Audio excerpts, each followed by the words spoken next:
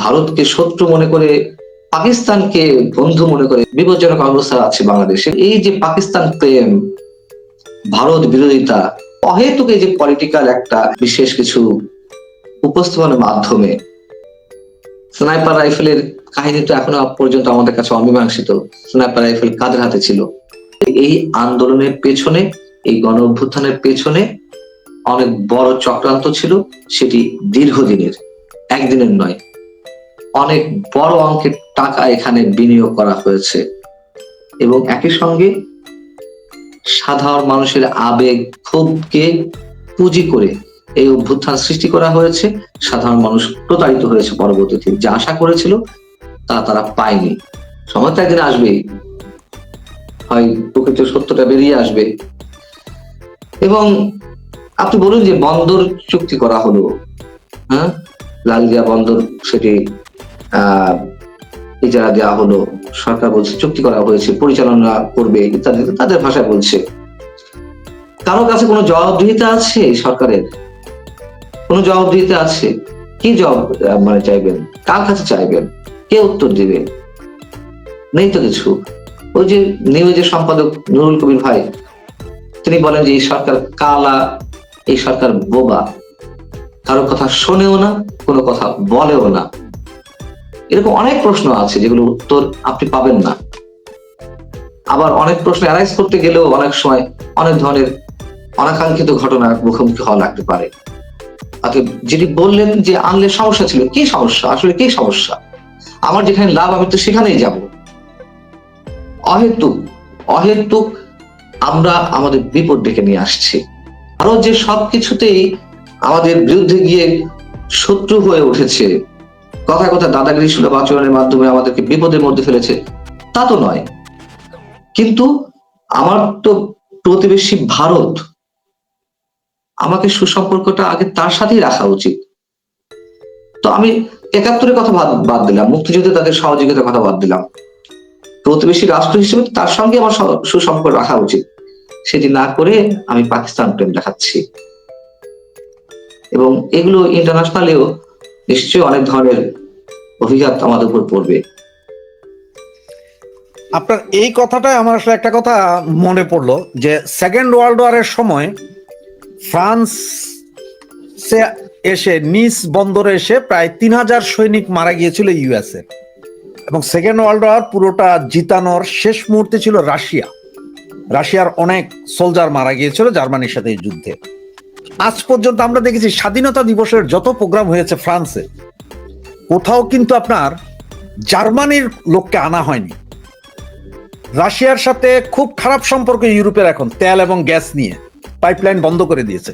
এইবারও এই যে 15ই আগস্ট যেটা প্রোগ্রাম গেল ফ্রান্সে, রাশিয়ান কর্মকর্তারা ছিলেন ওই প্রোগ্রামে। আমেরিকান এবং রাশিয়ান এই দুজন থাকবেনই, পৃথিবীর আর যারাও থাকুক। 21শে নভেম্বর আমাদের দিবস গেল একটা, সেই দিবসে ইন্ডিয়ান কাউকে পেলাম না, যাদের সাথে যুদ্ধ করলাম আমরা তাদেরকে আনা হলো। এইটা কেমন দেখছেন?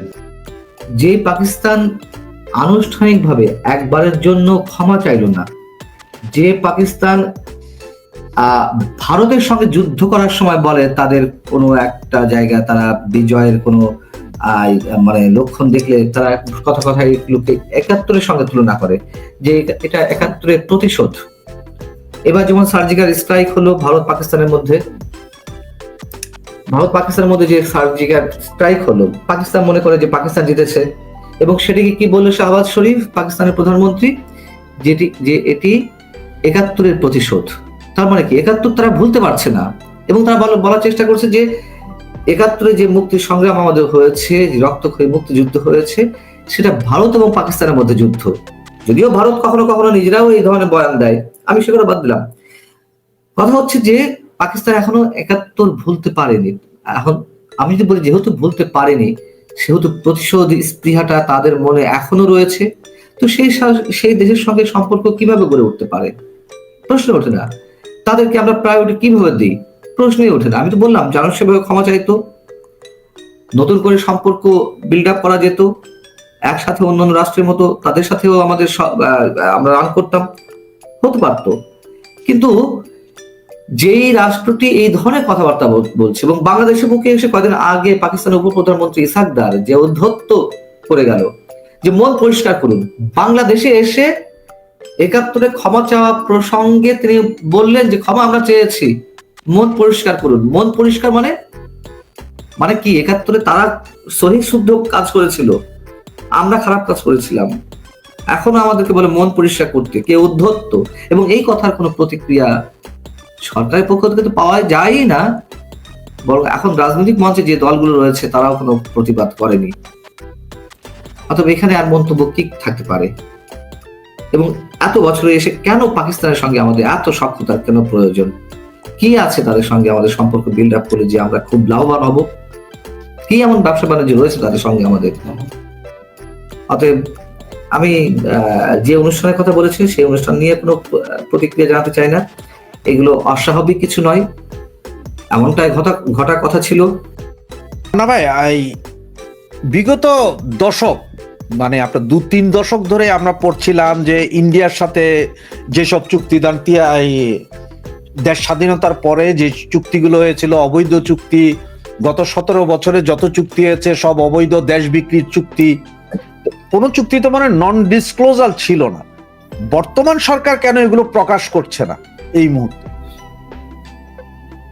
শুনুন, নন ডিসক্লোজার ছিল না এটা একেবারে বলা যাবে না। পৃথিবীর বিভিন্ন রাষ্ট্রের মধ্যে মানে এমন কিছু চুক্তি থাকে বিদেশি শক্তির সঙ্গে, সেইগুলো কোনো বিষয় নন ডিসক্লোজ অবস্থায় থাকে।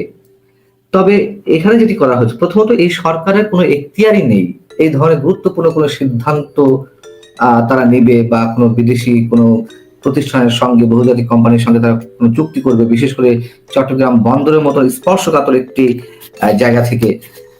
সো এটি যেমন হয় না, আবার ডিসক্লোজার যে বিষয়গুলো রয়েছে, কোনো বিষয়ে সবকিছু মানে খুলাসা না করা যেতেই পারে, যেমন কি সুবিধা দেওয়া হবে, কি হবে না হবে, কিন্তু ইনিশিয়ালি যে বিষয়গুলো সেগুলো তো ডিসক্লোজ করতে হবে। যেমন পৃথিবীর অনেক দেশে এই বিষয়গুলো রয়েছে, শুধুমাত্র ভারতে যেটি করার কথা নয়। ভারত একমাত্র দেশ যে অনেক কিছু ডিসক্লোজ করার এখতিয়ার, মানে ডিসক্লোজ না করার এখতিয়ার থাকলেও তারা সেগুলো করে, কিন্তু সেগুলো হচ্ছে ভারত তার নিজস্ব অভ্যন্তরীণ যে শক্তি, মানে প্রতিষ্ঠানগুলো তাদের সঙ্গে চুক্তি।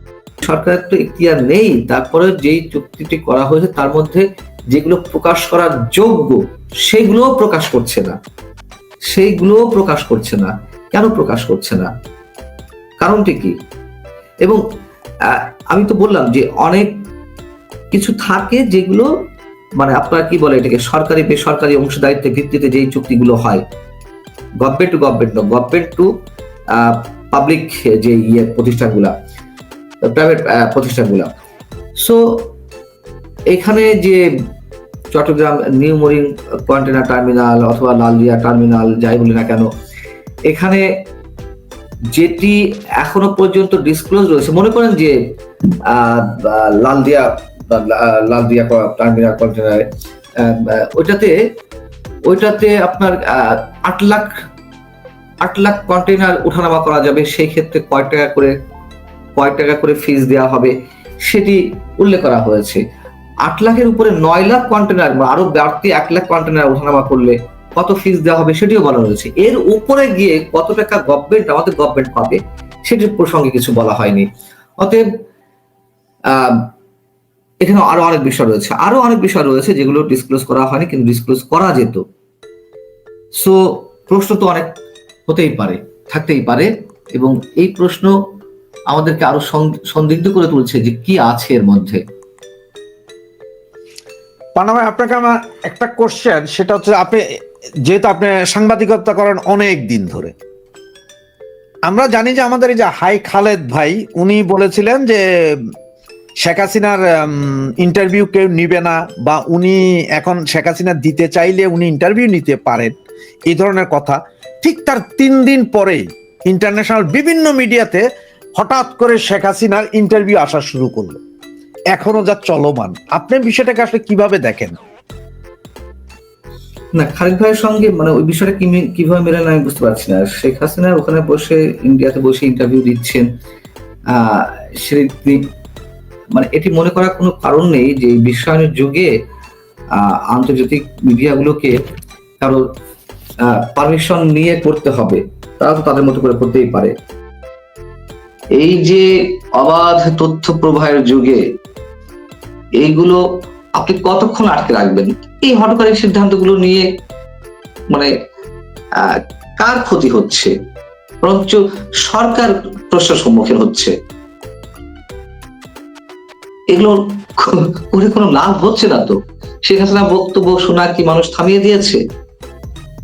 মনে করেন যে কোনো মিডিয়া, প্রিন্ট মিডিয়া হোক, ইলেকট্রনিক্স মিডিয়া হোক, কেউ প্রচার করছে না বাংলাদেশের, ওটা আসছে না সামাজিক যোগাযোগ মাধ্যমে, ফেসবুকে আসছে না, ইউটিউবে আসছে না, অন্য পত্রিকায়, অন্য গণমাধ্যমে যে প্রকাশ হচ্ছে সেগুলো ক্লিক করলেই আপনি কয়েকদিন আগে 3টি গণমাধ্যম একসাথে শেখ হাসিনার বক্তব্য বা তার সাক্ষাৎকার দিল, গার্ডিয়ান, এএফপি, রয়টার্স, তো ওখানে ক্লিক করলেই তো পাওয়া যাচ্ছে। আমার ওটা এখানে ছাপার কি প্রয়োজন রয়েছে যে মানে এখানে নিষেধাজ্ঞা জারি করলে মানুষ আর জানতে পারবে না? বিষয়টা এরকম না। অথবা এগুলো সিদ্ধান্ত নেওয়ার সময় কথা।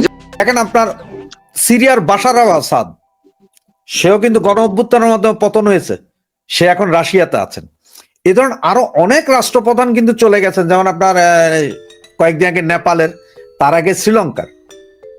কিন্তু সেম ঘটনা যখন বাংলাদেশে ঘটলো, তাহলে শেখ হাসিনার বক্তব্য নেওয়ার জন্য কেন ইন্টারন্যাশনাল মিডিয়া এভাবে পিছিয়ে পড়ে গেলেন? আসলে খুব গুরুত্বপূর্ণ একটি প্রশ্ন করেছেন। এই প্রশ্নটা কখনো আমার মাথায় আসেনি। বরঞ্চ এই প্রশ্নের উত্তর যারা শেখ হাসিনার বিরুদ্ধে মানে গণ অভ্যুত্থান সংগঠিত করেছে, অথবা এখনো আওয়ামী লীগের রাজনৈতিক কার্যক্রম নিষিদ্ধ করে রেখেছে, অথবা কখনোই চায় না আওয়ামী লীগ ফিরে আসুক, শেখ হাসিনা ফিরে আসুক মানে স্বাভাবিক নিয়মে, এই উত্তরটা বোধহয় তাদের কাছ থেকে পেলে আমাদের জন্য সুবিধা হতো, আমার জন্য সুবিধা হতো। একজন পুলিশ আরেকজন পুলিশের মন মানসিকতা বুঝে। আমি দীর্ঘ 25 বছর ইমিগ্রেশনে কাজ করছি, এখনো করছি। আমি একজন লোক যখন আমার সামনে পাসপোর্ট আর ভিসা নিয়ে আসে, আমি তার চোখ দেখলে বলতে পারি যে সে কি করে এসেছে বা কি না কি। তেমনি আপনারা সাংবাদিকরাও জানেন যে আপনাদের মেন্টালিটি। তাহলে এই জন্য আমি আপনার প্রশ্ন করলাম যে এই সাংবাদিকরা কেন পাগল হলো, কি কারণ? বাংলাদেশের ক্ষেত্রে তো আসলে যদি আপনি ইতিহাস দেখেন বা সমসাময়িক ঘটনাগুলোর সাথে একসাথে মেলানোর চেষ্টা করেন, এটা তো ভেরি ইন্টারেস্টিং, তাই না? যে শেখ হাসিনা, আওয়ামী লীগ, এইগুলো অন্যান্য দলের যে উদাহরণ দিচ্ছে, সেই দলগুলোর সাথে দলগুলোর যে পেছনে ইতিহাস, তার সঙ্গে কোনোভাবেই যায় না।